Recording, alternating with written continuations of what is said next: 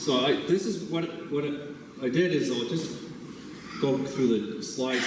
I used to, do the talk in slides, and then I've discovered that when you do that, I talk like this.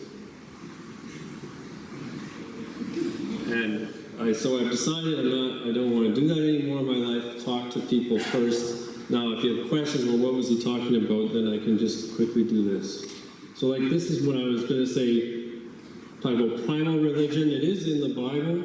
You explain the world and disease by way of the Spirit. You have clean and unclean. You're trying to negotiate with God how reality is. That's basically primal religion. And of course, outside the Bible, the Romans were great at it. They had to appease God to handle water, the Mediterranean, because it was very dangerous water. And the Romans loved to sacrifice animals to figure out what the future would be. They were very interesting like that. This is the worldview religion. There's Augustus Caesar and all his gods on his breastplate. And you learn the world according to the religion. So inside the Bible, Israel often had what's called suzerainty treaties. That means other nations and other gods.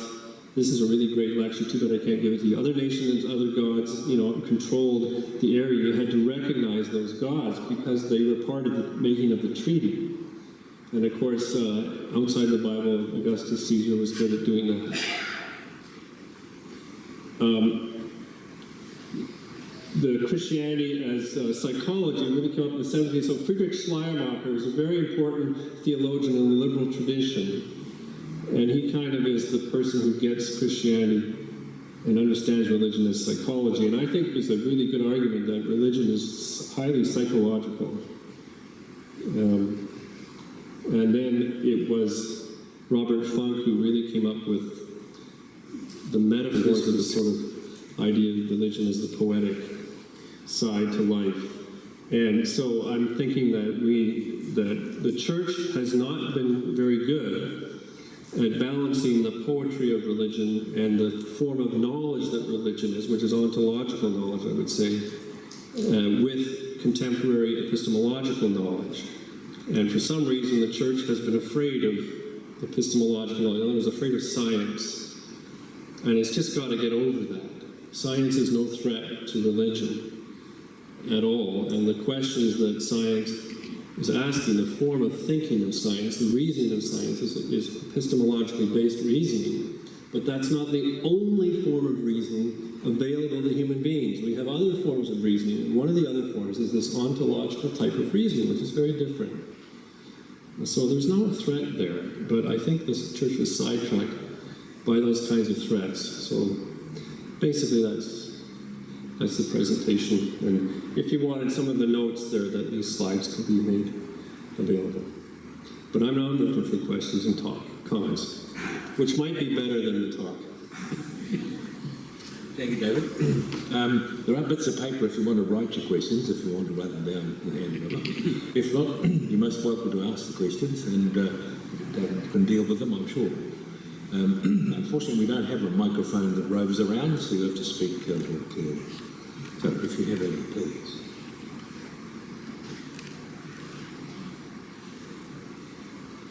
And if there are no questions, I'm a very positive personality, so I always take that as a compliment.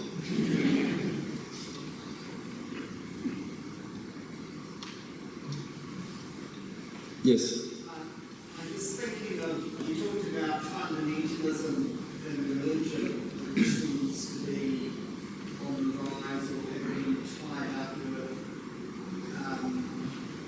the war hanging in the US, the idea of religion fitting there, moving around the world, and of course, this way Islam's been used for etc.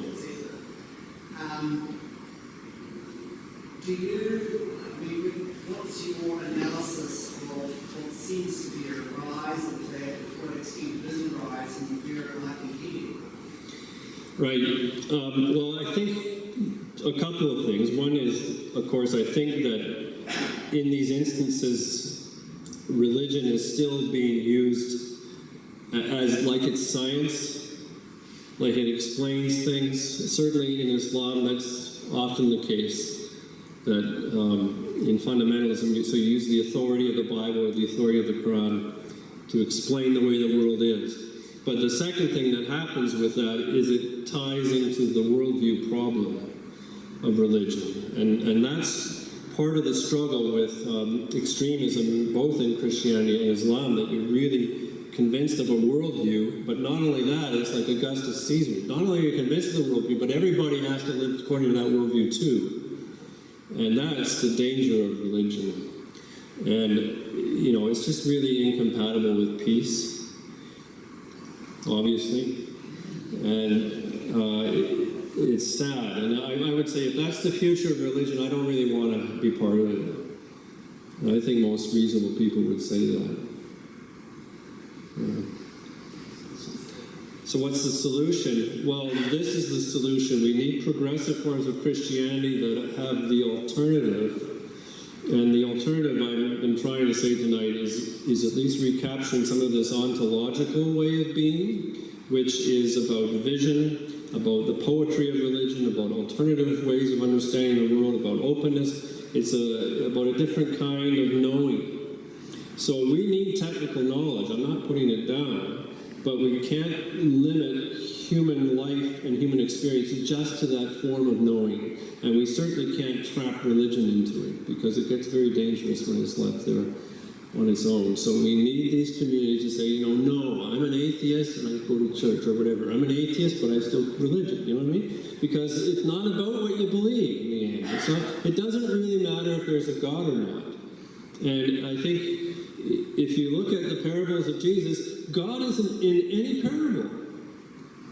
God's not around in the parables. So even Jesus doesn't care if there's a God or not. What do you want? You know, he doesn't. He's not concerned with that question. And I think this could be very inspiring for the future of religion, if we could just kind of get there. Can we just drop theism? We could. Yeah. Yes. That's that when you say, but can we get there? That's the problem. Yeah. That's the sharp edge. Really. That's right. A group of people like us are people with a few miles under our belt. We've gone on the journey. We've arrived somewhere like this. But we find that most folk don't want to follow the track we're going on. Right. And what is it that is attractive in the other trails that meet some human needs currently, falsely or true, I don't know. The progressive movement is a very small movement. Regret going. Well, like one positive thing about being a small movement is that Christianity, if you're progressive Christians, when it started, was a very small movement. And it took a few hundred years to get relatively large. So we're just starting. So small is okay. The other element, though, of course, is when religion takes on the form that I'm calling epistemological. I think you can argue if these words are the best. They may not be, but anyway, they help us think about the question. But when Christianity gets caught up, or religion gets caught up in that it's making a truth claim, a technical truth claim, there is great security in that. And the attractiveness is the security. And the unfortunate flaw of human beings, if I may say so, is that we are actually naturally conservative. Because we are protective of ourselves, and then we're protective of our families, and then our tribes. Like this is our historic nature. We conserve, and we have strength in numbers. So I think in our kind of psychological makeup, conservatism is easier to sell to one another than liberalism. Risk is a hard sell. And that's why the church is ridiculously hard to change.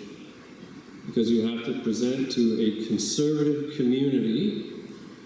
They're there for conservative reasons. Even when we're liberals, we're there for conservative reasons, that we want to take risks. And that's really hard to do. You know. Yes.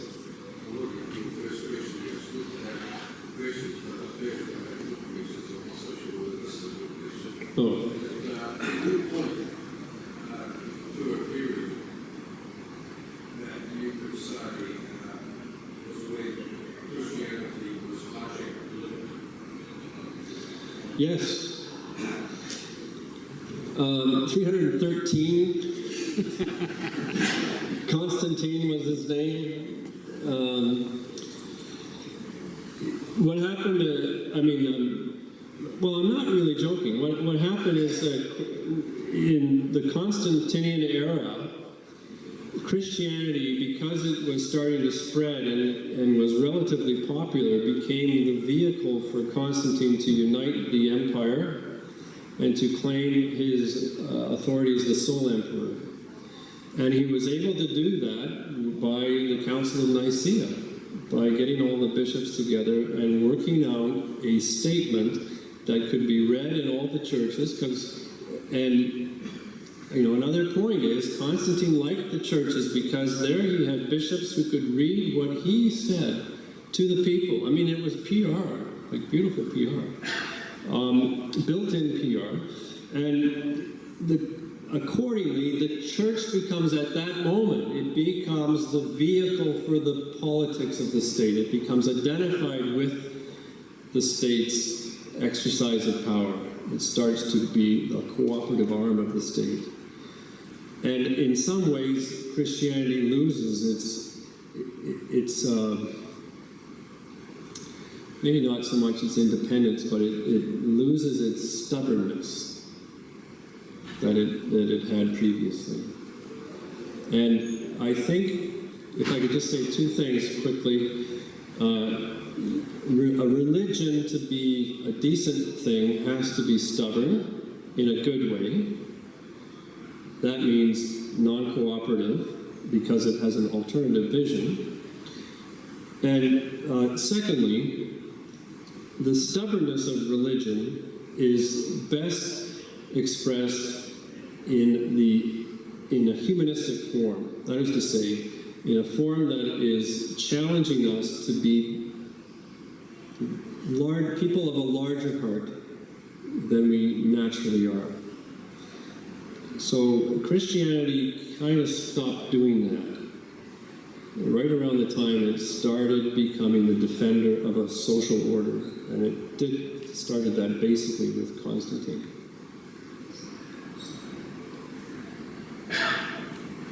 What do we do with the God symbol, which is so very strong? We have all these hymns about kings and mighty power and all that sort of thing, which is very attractive and seems to be almost identified as true religion. Yeah, it sucks. And it's kind of a trap. And it's very tough, I think, in this sense, to see a future for religion. The two things that I do is sometimes, for everything that's negative, there's a positive. And to its credit, you still have to admit that there's Beethoven and Mozart and Bach in Christianity and in Christian history and Christian science. Even though you don't like the words and stuff, this is some of the greatest music composed in human history, and it's just there. And sometimes you just close your eyes and say the music is worth it. Even though we're not there anymore, we're still going to celebrate. This is where we were once, and it's still our heritage. But it's not where we have to go. But then the second thing you can do is, of course, create your new symbols yourself, your own rituals, your new language. And people are trying that. Like Don Cupid, we were talking about him a bit. He's very centered on life language, and I think it's a good option. He doesn't use God language anymore. He uses life language. And I think that's positive because when you look at the historical Jesus, he does not use God language, which is very funny. The poor guy got wrapped up in God for all of his identity, but evidently he very rarely uses God. And then the other thing is new forms of ritual community building. And for me, that has been, in my context, that has been focusing on a banquet instead of communion. No more God sacrificed for your sins, but the celebration of life as a banquet.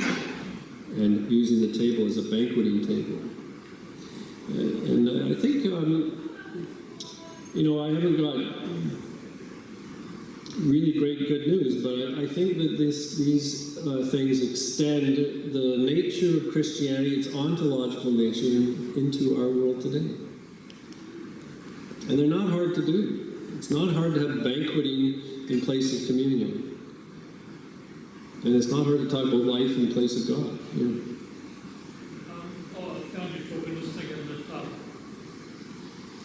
I just looking at the religion, you had the epistemological approach and the ontological. So to me, that it sort of represents, well, we all want to know about stuff, and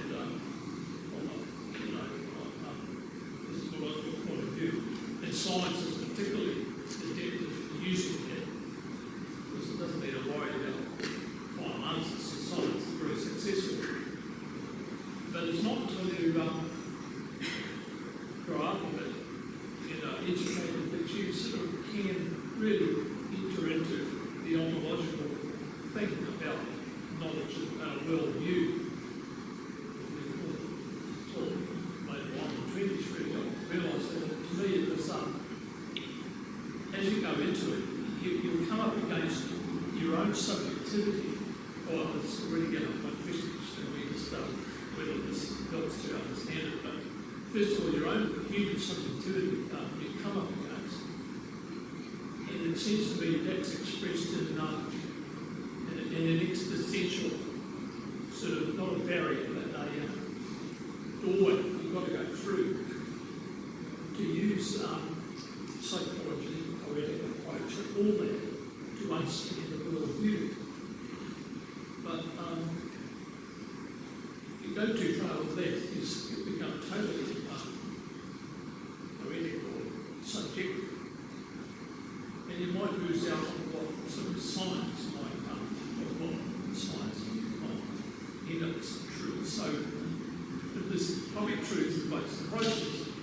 Yeah. The ontological one is particularly difficult unless you're not trained, but unless you're educated or read about it. And I think this is why Christianity is so not popular, but not so widespread, because it takes a lot of doing.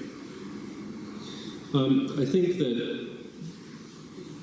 it's right to say that you need, well, I'm not saying that you reject this epistemological type, right, in favor of what they need to be balanced for sure. But I am saying that the trap we tend to get in is that only epistemology counts as knowledge. And that's not really true. There's this other ways of knowledge, having knowledge or holding knowledge in the human experience. And we usually, for Plato, by the way, the person who is enlightened and who holds this ontological knowledge, well, what is that person? Wise. It's a wise person. It's somebody who knows what life is about first, before applying philosophical knowledge to the problem of life. So we do need to balance the two. So I'm not against epistemological in the sense that I do believe in an educated, trained, critically thinking clergy or leadership in the church, and that we absolutely need that knowledge to do biblical criticism, to understand the ancient world, to understand history, and we certainly need it to balance the other side so that we don't become delusional. But on the other hand, when we are talking about religion, we're not talking about knowledge claims like we are with science. We're talking about how you can imagine the world and the inspiration to imagine a different way the world can be. Yes? I like the great challenge of the earth, but I wonder, could you give me one or two poetic. Metaphorical? Is that okay? Okay, good. Yes. It strikes me that some of the things you were saying along the producing this line may have already have been Buddhism and parts of Hinduism. And so the question is, do you think that the Buddhist philosophy and the Hindu philosophy is closer to pursuit realization, or whatever you want to call it, than mainstream Christianity? Well, that's a tough question because I really like Buddhism. And I would have to say I've learned a lot in my life from Buddhism that I didn't encounter in Christianity. Not because Christianity doesn't have it, but because it's not expressed. And the things that I learned in Buddhism were certainly things like if you buy that, just to put in a plug, if you buy that book or read that book, Embracing the Human Jesus, when you read the part about the anonymous self, that's what I took from Buddhism. Don't take life so seriously. You're just a collection of relationships, that you experience identity, but it's not really true. Let go. You experience that things happen to you, and why did it happen to me? It didn't happen to you. It just happened. These kinds of things are Buddhist-like insights about the self. I can't remember what I'm answering now, but anyway, we can learn a lot if we're open to world religions, and we can also see from other traditions like Buddhism that in fact Christianity had these types of lessons. A lot of the parables of Jesus involve individuals getting ripped off and becoming upset, and yet there's no complaint. So the parable of the workers in the vineyard, they don't have a complaint, but damn, it really feels lousy that you got what happened, But it's not, it's almost like a Buddhist lesson in the sense that you have to release your personal feeling and recognize generally that the event is exactly as it was given to you, as it was told to you. I'll be talking about that another day. But anyway, see, now I'm getting on a tangent again. But the Buddhist, Hinduism, Zoroastrianism, that tradition of religion did come west. And it was the sort of Celtic or pagan forms of religion. It was the Greek, influenced the Greeks and the Romans. And so it is there in our tradition.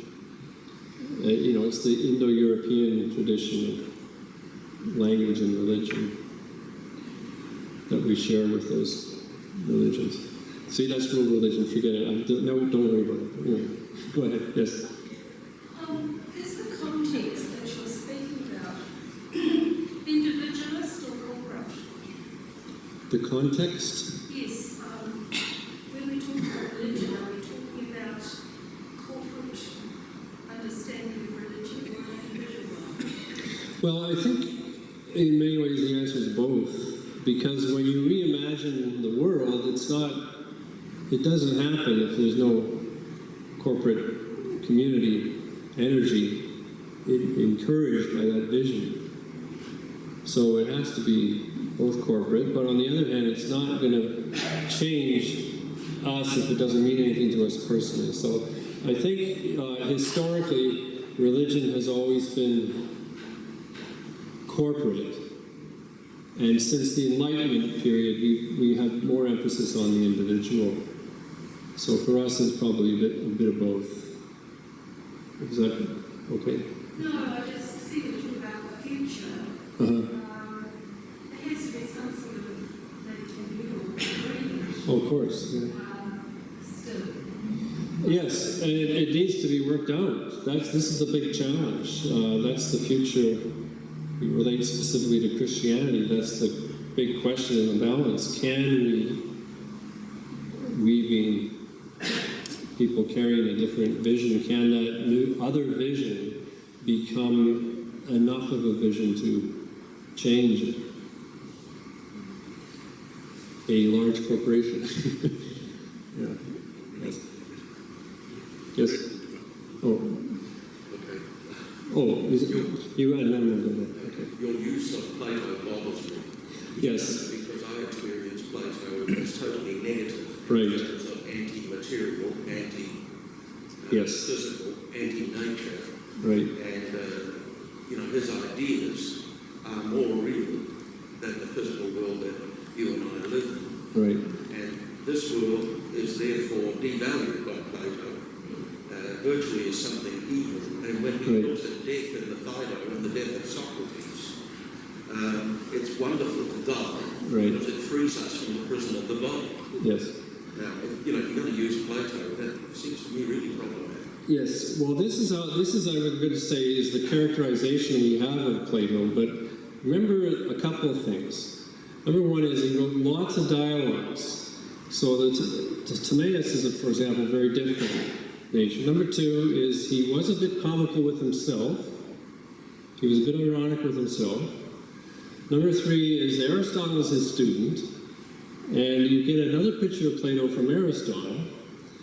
And then number four is that we tend to interpret him really extreme, like you're saying. Idealism and the ideas are real, but we forget that for Plato, the ideas are really incarnational in a way. You can't know the ideas without the material world. So I agree to a large extent that the heritage of Plato is Neoplatonism, which is the extreme Plato. But Plato himself, though, did have some very positive things that I'm trying to recover here. And one of them is this notion that when something is what it is meant to be, it is good. And that is Plato.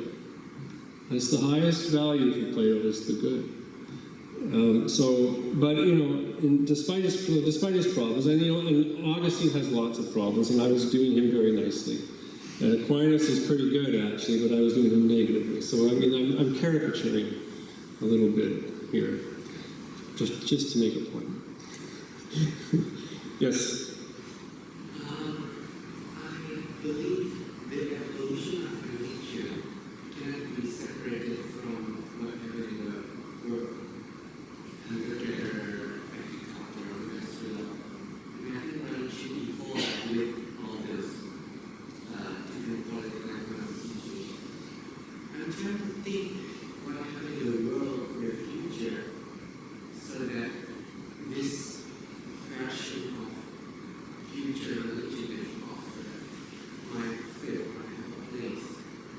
So my question is just, what do you think will happen in the future in the world so that this have a place? Okay. You know, nobody knows what's going to happen in the future, so let's just make sure that's clear. But I'll tell you my vision, because I'm positivistic in my nature for some reason. I think that we are going to go on a trail of extremism in religion,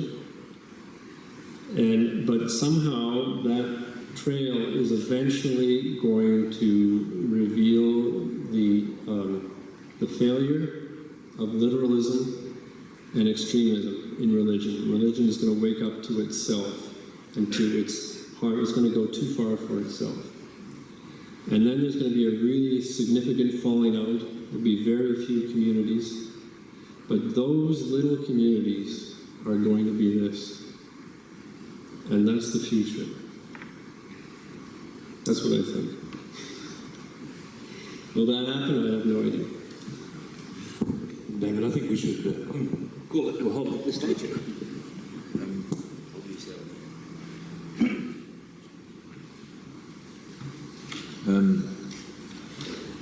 I don't think you went on too long. There's a lot more you could have said. What was the thing? What I had to say. What I had to say was that, well, a lot of it I've heard before, but, so it's pretty fair. Thank you, David. Thank you. I got a question for you. Did you feel that the questions were coming from your epistemological self? Because I got that message. I haven't heard too much poetic yet, but I'm hopeful. In fact, my view of the future is that outside of the church, there's a huge poetic theology going on. Huge. The meditation. Mm-hmm. Meditation. All of that stuff, yes, yes. The cloud of unknown. The whole search for wisdom and understanding of what human being is, it's going on out there like nobody before. It's just that it's not happening for us because we're stuck in the epistemological world. Very known. We know, yes. Yes. Yeah, I think that's absolutely right. Yeah. So it's an exciting world, Yes. I think. Yeah.